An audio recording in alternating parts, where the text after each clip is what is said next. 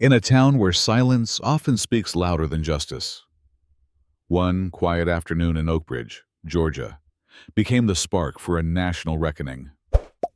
What started as a routine stop over a parking spot unraveled into a confrontation fueled by bias, power, and an unforgivable mistake. But beneath the calm surface stood a man whose quiet strength would shake an entire system.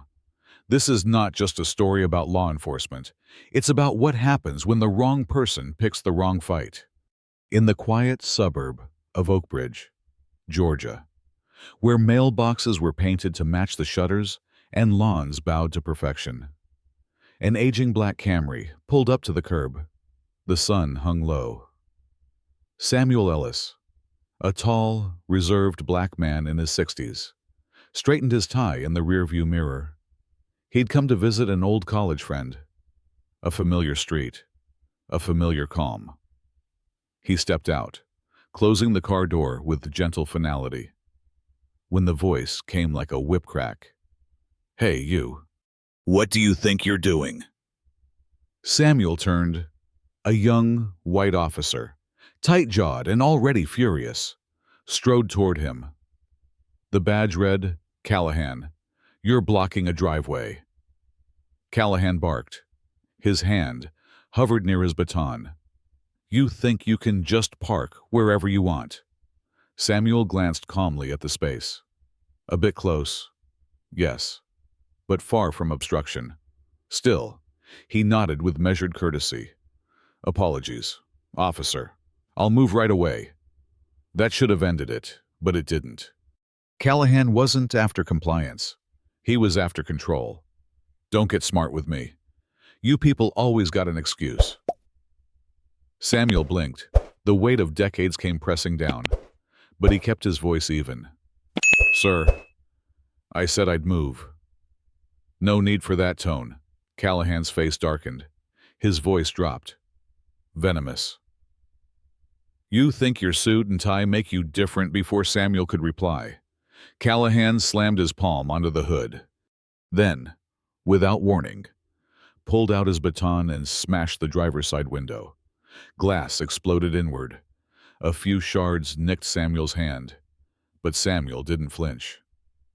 He looked at the young man with an expression neither fearful nor furious, just heavy.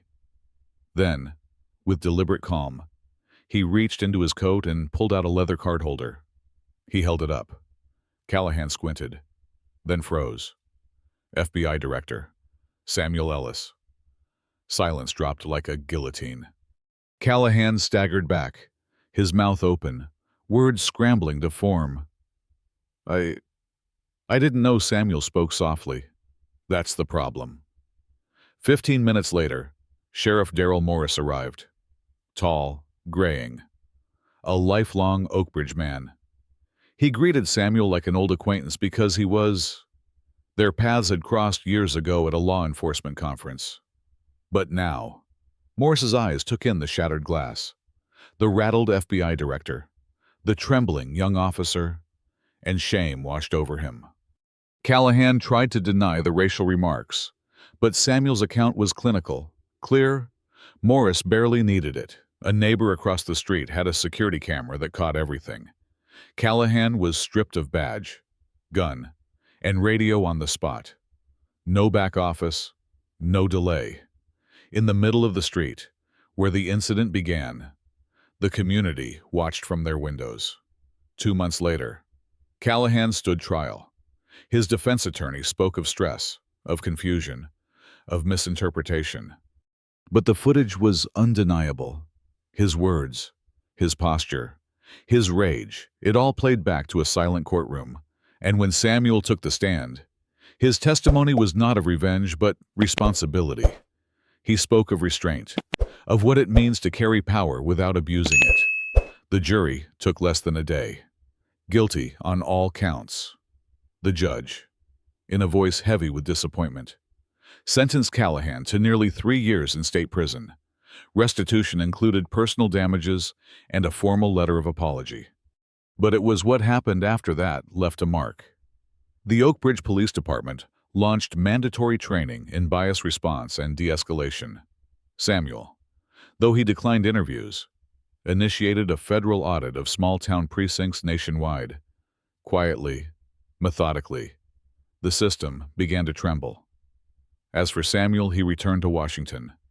But every now and then, he looked out his office window and thought of that afternoon, of the young officer who saw only a black man, and of the quiet strength it took not to raise a fist, but to raise a mirror. Because sometimes, the greatest power is in not proving who you are, but in letting others show exactly who they are.